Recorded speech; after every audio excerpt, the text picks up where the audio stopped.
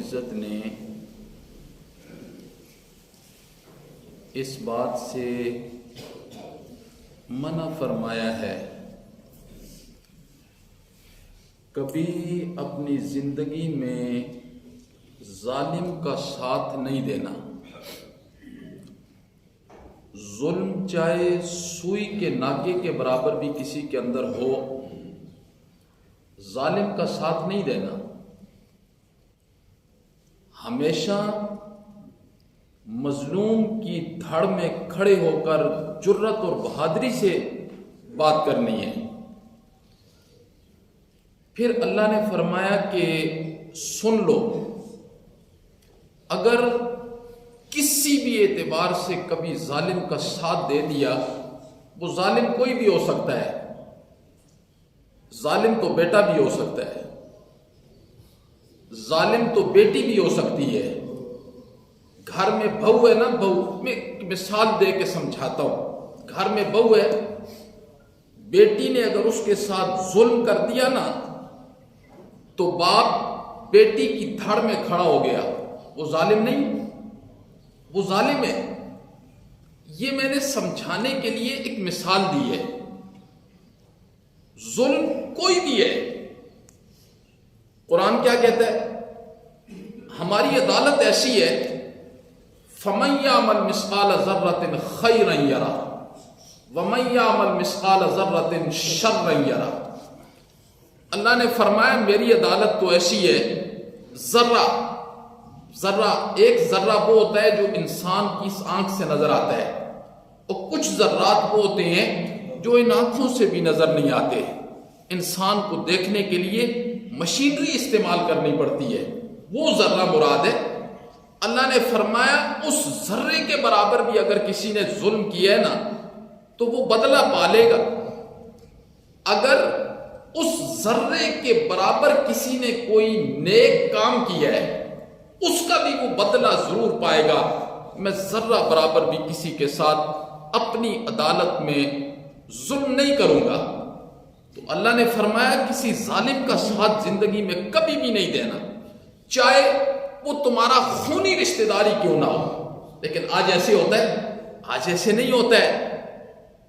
رسول اللہ صلی اللہ علیہ وسلم کی حدیث ہے، آپ نے فرمایا جو مجھے اللہ کا آخری پیغمبر مانے گا، جو میری شریعت کو مضبوطی کے ساتھ پکڑے گا، اس کے بارے میں امام الانبیاء نے ایک ارشاد فرمایا لا طاعۃ لمخلوق فی معصیۃ الخالق۔ وہ مخلوق کی کبھی بھی اطاعت نہیں کرے گا جدھر عرش والے کی نافرمانی ہوتی ہو، وہ مخلوق کی کبھی بھی۔ یہ بڑے کام ہیں یہ ہم صرف سوچ ہی سکتے ہیں، اپنی عملی زندگی کے اندر ان کو لانا۔ زبان سے مسلمان کہہ دینا تو بڑا آسان ہے۔ کوئی بندہ کوئی بھی کسی فرقے سے تعلق رکھنے والا وہ اپنے آپ کو اپنی نسبت فرعون کی طرف کرتا ہے؟ کبھی بھی نہیں کرتا۔ ہر بندہ اپنے آپ کو مسلمان کہتا ہے۔ لیکن کل والی آیت میں آپ نے سنا کہ اللہ رب العزت نے یہ ارشاد فرمایا کہ اگر میرا نام لینا ہے نا، میرا نام، تو پھر میرے نام کے ساتھ میرے نام کی لاج رکھنا۔ یہ بڑے کاموں میں سے ایک کام ہے۔ تو استقامت کے ساتھ زندگی گزارنا، یہ اللہ سے مانگا کریں استقامت کے ساتھ۔ دیکھیے یہ قرآن مجید ہے، اللہ رب العزت نے یہ الف لام سے لے کر والناس تک یہ ایک آیت ہے، ایک جملہ ہے، ایک حکم ہے۔ ہر آیت دوسری آیت کے ساتھ ایسی جڑتی ہے جیسے زنجیر کی کڑیاں آپس میں جڑ رہی ہوتی ہیں۔ اللہ رب العزت نے یہ قرآن کس لیے نازل کی ہے؟ یہ کس لیے قرآن؟ یہ ہاتھ لگانے کے لیے؟ یہ عدالتوں میں فیصلے کرنے کے لیے نہیں میرے بھائی، یہ سر پر رکھنے کے لیے، قسمیں اٹھانے کے لیے نہیں، بلڈنگ بنی تو 10 مولانا صاحب کو بلا کے پڑھانے کے لیے۔ یہ باعث برکت نہیں ہے، یہ باعث ہدایت ہے۔ یہ کتاب ہدایت والی کتاب ہے میرے بھائی، اس کے ایک حکم کو ہم نے اپنے دل و جان سے قبول کرنا ہے۔ تو اللہ رب العزت نے فرمایا وَلَا تَرْكَنُوا إِلَى الَّذِينَ ظَلَمُوا، ان لوگوں کی طرف مت جھکو جو ظالم ہیں. اگر جھکو گے فتمسکم النار، تم اللہ کی آگ سے کبھی نہیں بچ سکتے، اللہ کی آگ سے کبھی نہیں بچ سکتے. وہ آگ دنیا کی آگ دیکھو، لوہا پگھل جاتا ہے، تانبا پگھل جاتا ہے، پتھر پگھل جاتے ہیں. آخرت کی آگ تو 69 گنا زیادہ ہے. قرآن کیا کہتا ہے؟ ہم جب مجرموں کو آگ میں ڈالیں گے نا تو ان کو ختم کرنا مقصود ہی نہیں ہوگا. لا یموت فیہا ولا یحیا، وہاں نہ زندگی ہوگی نہ موت ہوگی، سزا دینا مقصود ہے.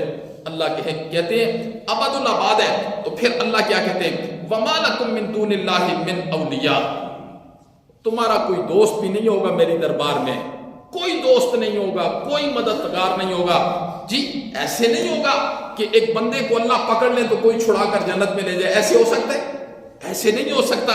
اللہ کہتے ہیں یہ اللہ نے قرآن میں بہت ذکر کیا ہے، میں جسے پکڑ لوں گا چھڑا اسے کوئی نہیں سکتا، نہ کوئی نبی چھڑا سکتا ہے اور نہ کوئی ولی چھڑا سکتا ہے. اللہ نے فرمایا میری پکڑ تو بڑی سخت ہے، جسے اللہ پکڑ لے اسے کوئی چھڑا سکتا ہے. اللہ نے فرمایا اس کا نظریہ دنیا میں قائم کر کے آنا ہے. شاید تمہارا دنیا کے اندر یہ نظریہ ہو نہیں اللہ کے دربار میں چھڑانے والے بڑے ہیں، چھڑا کے لے جائیں گے. اللہ نے فرمایا ایسے نہ ہو کہ میرے دربار کے اندر آؤ تو کہانی بالکل الٹی ہو، تو پھر کیا کرو گے؟ پھر میری ایسی پکڑ ہوگی جو کبھی بھی چھوڑوں گا نہیں. اللہ نے فرمایا تو مدد بھی تمہاری نہیں. ثم لا تنصرون، پھر مدد نہیں کی جائے گی. پھر ساتھ ہی اللہ رب العزت نے ایک اور حکم دیا، وَأَقِمِ الصَّلَاةَ طَرَفَيِ النَّهَارِ، نماز قائم کرو دن کے دونوں حصوں میں، دن کے طرف، یہ دونوں طرفوں میں. ایک طرف ہوگی صبح کی نماز، دوسری طرف ہوگی عصر کی نماز. آگے اللہ نے الگ حکم دیا ہے، فرمایا وَأَقِمِ الصَّلَاةَ طَرَفَيِ النَّهَارِ، نماز قائم کرو دن کے دونوں طرفوں میں، وَزُلَفًا مِّنَ اللَّيْلِ، اور رات کے حصے میں. مغرب اور عشاء کی نماز آ گئی. رات کے حصے میں نماز پڑھی. اللہ رب العزت نے 700 سے زائد کی قرآن میں حکم دیا ہے. 700 سے زائد مرتبہ قرآن میں اللہ نے حکم دیا نماز کا خیال رکھو، نماز کا خیال رکھو. یہ نہیں جانی چاہیے. امام الانبیاء کا کیا ارشاد ہے؟ من ترک الصلاۃ متعمدا فقد کفر، جس نے جان بوجھ کر ایک نماز چھوڑ دی وہ تو کافر ہو ہی گیا، وہ کافر ہو گیا، وہ کافر. یہ صرف امام ابو حنیفہ رحمہ اللہ تھوڑی نرمی کرتے ہیں، باقی کسی امام کے نزدیک نرمی نہیں ہے. سارے امام کہتے ہیں وہ کافر ہو گیا. من ترک الصلاۃ متعمدا فقد کفر، یہ امام الانبیاء کے ارشادات ہیں. جی یہ آپ کے صحیح ارشادات ہیں. تو قرآن میں 700 مرتبہ سے زیادہ. جی کتنی فکر ہے نماز کی، کتنی فکر ہے بھائی میں نمازی بن جاؤں، بیوی نمازی بن جائے، بچے نمازی بن جائیں. آگے اللہ اتنا سخت حکم لا رہے ہیں نا، خدا کی قسم بندہ حیران رہ جاتا ہے کہ اللہ رب العزت نے دین حق اور شریعت، لوگ کہتے ہیں نا اکثر ایک بات کہہ دے دین میں اتنی سختی تو نہیں ہے. جی میں نے کہا دین میں اتنی سختی نہیں ہے جو دین کو دین مانے، جو دین کو دین مانے اس کے لیے نہیں ہے. ورنہ آپ کسی یہودی کو یہ نہیں کہہ سکتے کہ اسلام میں داخل ہو جاؤ، کسی عیسائی کو آپ یہ نہیں کہہ سکتے، کسی ہندو سکھ کسی کو آپ نہیں کہہ سکتے زبردستی اسلام میں داخل ہو جاؤ. لیکن جو اسلام میں داخل ہو گیا کیا اس نے شریعت کی حدود کی پابندی نہیں کرنی ہے؟ پھر اگر ایسی بات ہے کہ اسلام میں اتنی سختی نہیں ہے تو پھر اللہ نے یہ حکم کیوں دیا ہے چور کا ہاتھ کاٹ دو، چور کا ہاتھ کاٹ دو، یہ کیوں حکم دیا ہے؟ اور سب سے سخت حکم جو اللہ نے دیا ہے قرآن میں، اللہ نے یہ کیوں کہا ہے شادی شدہ بندہ، شادی شدہ جوڑا، ان میں سے کوئی ایک زنا کر دے اس کی سزا صرف رجم ہے. اس کو یہاں تک زمین میں دبا کے ساری طرف سے مخلوق اس کو پتھر مار مار کے ختم کر دے. یہ کس نے حکم دیا ہے جی؟ ڈاکو کے لیے کیا سزائیں ہیں؟ سورۃ النساء پڑھے نا میرے بھائی. ڈاکو کے لیے کیا سزائیں ہیں، چور کے لیے کیا سزائیں ہیں، زانی کے لیے کیا سزائیں ہیں. جی جو لوگ تہمت لگا دیتے ہیں کسی پر اس کے لیے قرآن میں کیا سزائیں ہیں جی. جو نماز جان بوجھ کر چھوڑ دے اس کے لیے کیا سزائیں ہیں، اس کو کتنے کوڑے لگیں گے. غیر شادی شدہ زنا کر دے اس کے لیے کیا سزائیں. جو بندہ شراب پی جائے تو یہ ساری چیزیں کس نے ذکر کی ہیں؟ یہ قرآن میں اللہ رب العزت نے ذکر کی ہیں۔ اگر آج اسلامی نظام کسی دھرتی پر قائم ہو جائے نا میرے بھائی، کوئی چوری ہو بولو، کوئی ڈاکہ ہو، آج کس قدر ظلم و ستم کا دور ہے۔ آج بندہ اپنے جیب کے اندر اگر تھوڑے سے زیادہ پیسے ہونا فکر مند ہو جاتا ہے کہ پتہ نہیں میں اپنے گھر کیسے پہنچوں گا جی، بار بار وہ اپنے جیب پر ہاتھ لگاتا ہے، میرا پیسہ گر تو نہیں گیا، چوری تو نہیں ہو گیا جی، کوئی دیکھ نہ لے۔ کتنی احتیاط کے ساتھ وہ اپنی منزل تک پہنچتا ہے۔ وہ ایمان تو اس سے زیادہ قیمتی چیز ہے میرے بھائی۔ کبھی بازار میں گزرتے ہوئے یہ فکر کیے کہ ایمان کہیں دل سے نکل کر معلق اللہ نہ کر دے، دل سے ایمان نہ نکل جائے۔ اتنی فکر کس، یہ فکریں ساری صرف قرآن کی مجلس میں بیٹھ کر ہی آ سکتی ہیں۔ قصوں سے، کہانیوں سے، دوڑوں سے، مرثیوں سے یہ فکریں آئیں گی میرے بھائی؟ نہیں میرے بھائی، یہ قرآن مجید ہوگا۔ وَلَقَدْ يَسَّرْنَا الْقُرْآنَ لِلذِّكْرِ فَهَلْ مِن مُدَّكِرٍ، ہم نے تو قرآن کو آسان کر دیا ہے کوئی قرآن کو سیکھنے والا کہ ہم اس کے دل و دماغ میں قرآن کے عقائد و نظریات کو اتار کے رکھ دیں؟ آج قرآن کی تعلیم دیکھو، دنیاوی علوم آج کتنے مہنگے ہیں کہ نہیں ہیں؟ بہت مہنگی تعلیم ہے۔ قرآن ہم پڑھانے کے لیے تیار ہیں، لوگ پڑھنے کے لیے تیار نہیں ہیں، نہیں پڑھنے کے لیے تیار ہیں۔ قرآن پڑھنے کے لیے بھی ایک جگرا چاہیے، ایک جگرا چاہیے قرآن پڑھنے کے لیے۔ اللہ اکبر، یہ اللہ کسی کو توفیق دے دے۔ ذالک فضل اللہ یؤتی من یشاء۔ ہمارے ایک ساتھی ہیں ادھر بیٹھے ہوئے ہیں ابھی جی، ایک مرتبہ وہ میرے پاس آئے کمرے میں، مجھے کہنے لگے، رو گئے، کہنے لگے آپ قرآن کی باتیں کرتے ہو، ہم نے تو قرآن پڑھا بھی نہیں ہے۔ میں نے کہا ہم جو ہیں آپ کو قرآن پڑھانے والے جی۔ پھر انہوں نے مجھ سے قاعدے سے شروع کیا، اور خدا کی شان اتنی پابندی کے ساتھ وہ آئے نا کہ 6 مہینے کے اندر قرآن ختم کر دیا۔